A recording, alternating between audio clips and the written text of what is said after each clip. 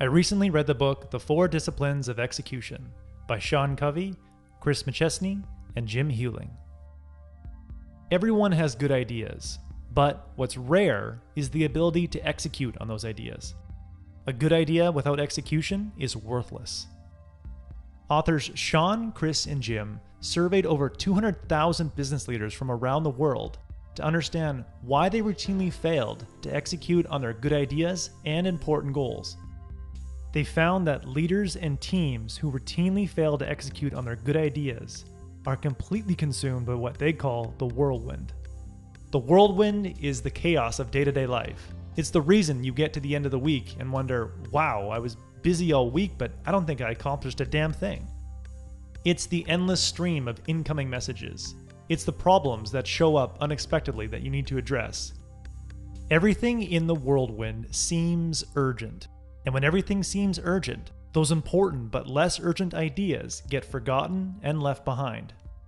The only way to reliably execute your good ideas and important goals is to have a system of execution that can withstand the power of the whirlwind. Authors Sean, Chris, and Jim have identified 4 disciplines that make up a system of execution that can help you reliably execute no matter how chaotic the whirlwind gets around you. Discipline number 1. Focus on your wig. At any given moment at a major airport, there are planes taxiing around the airport, there are planes taking off, and there are planes coming to the airport that need to land soon. If you were an air traffic controller, you would need to manage all those planes, and each passenger in those planes would tell you that their plane is the most important plane. But even though each of those planes is important and urgent to those people, only one plane is wildly important to you right now. And that's the plane that's coming in to land right now. Focusing on and landing this one plane successfully makes all other planes seem secondary. You need to start approaching work like this air traffic controller, keeping all your urgent and merely important goals on your radar and doing the minimum you can to prevent them from crashing or getting out of control, and then using all your remaining energy to successfully execute and land your wildly important goal, your wig. To find this wildly important goal, just ask yourself, if everything else remained at its current level of performance, what one achievement would make everything else seem secondary? Once you have a good idea of what you think that achievement might be, frame it in the following format: from X to Y by Z. As in, my wildly important goal is to raise my monthly sales revenue from $6,000 to $12,000 a month by December 31st. Discipline number 2, measure lead behaviors. Let's say your goal is to lose 20 pounds, so you go on a diet. During the first 2 weeks, you step on the scale every day to see if your weight has changed, but day after day, the scale hardly moves. How likely are you to stick to your diet? If a metric that you're measuring isn't changing, like weight in this case, your execution will suffer. The problem is most results that we want to change, like losing weight, increasing revenue, or growing the number of subscribers, all has a lag effect. There's a considerable amount of lag time between the actions we take and the results we want to see. During that lag time, if you only measure your lag result, a metric that will hardly change in the short term, regardless of how much action you take, you'll quickly lose focus on your wildly important goal and stop executing. Without any signs of improvement, our execution will suffer. Therefore, we need to measure something that we can influence and improve every day or every week.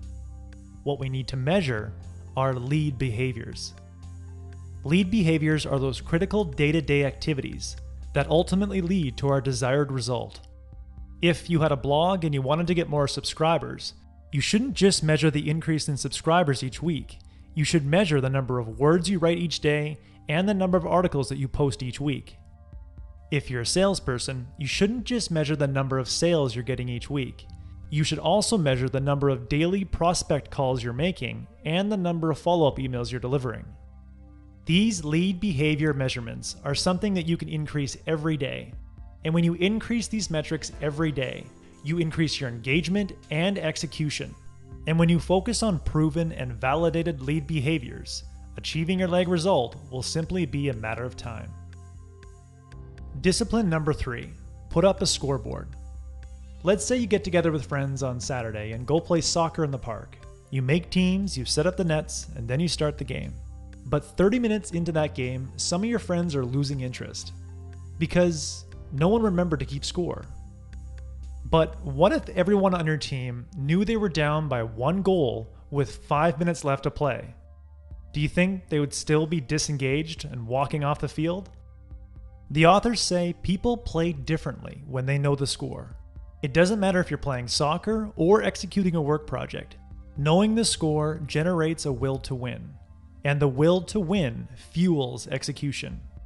If we aren't frequently reminded of the score, our will to win will fade, our execution will suffer, and the whirlwind will consume all of our attention. The best way to be reminded of the score is to put up a scoreboard in your office that is simple and easy to see. You should be able to look at this scoreboard and know if you're winning or losing in 5 seconds or less. It should only include 3 things: your WIG, your leg measurements, and your lead measurements. If your WIG was increased monthly sales revenue from $6,000 to $12,000 by December 31st, then your leg measurement would be sales, and your lead measurement would be number of calls or hours spent making Facebook marketing videos.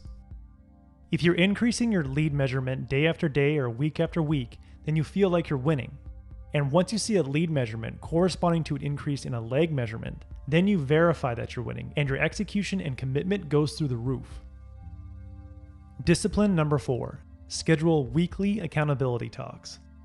Have you ever been on a project team at school or at work where you need to verbally report on your status and make commitments each week? I have.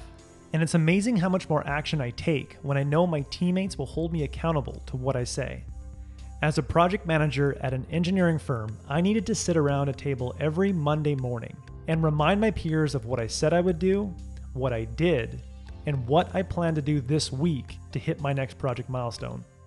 It was a powerful routine of accountability. I didn't always like it, but it was amazing how much my execution increased before and after each meeting. In the book, the authors promote the practice of regular face-to-face meetings with your peers or teammates where you state your goals instead of your boss or your teammates telling you what your goals are.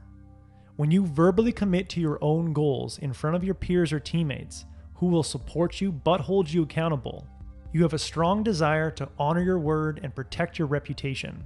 These are powerful motivators that cause you to focus on your wildly important goal and prevent yourself from being consumed by the whirlwind. By implementing these 4 disciplines into your work week, you can get yourself and your team to reliably execute your greatest ideas and your wildly important goals, no matter how chaotic the whirlwind of your day-to-day responsibilities might be. That was the core message that I gathered from the 4 disciplines of execution. If you're finding it hard to execute important goals, I highly recommend it. If you would like a 1-page PDF summary of insights that I gathered from this book, just click the link below and I'd be happy to email it to you. If you already subscribe to the free Productivity Game email newsletter, this PDF is sitting in your inbox. Thanks for watching, and I hope you have a productive week.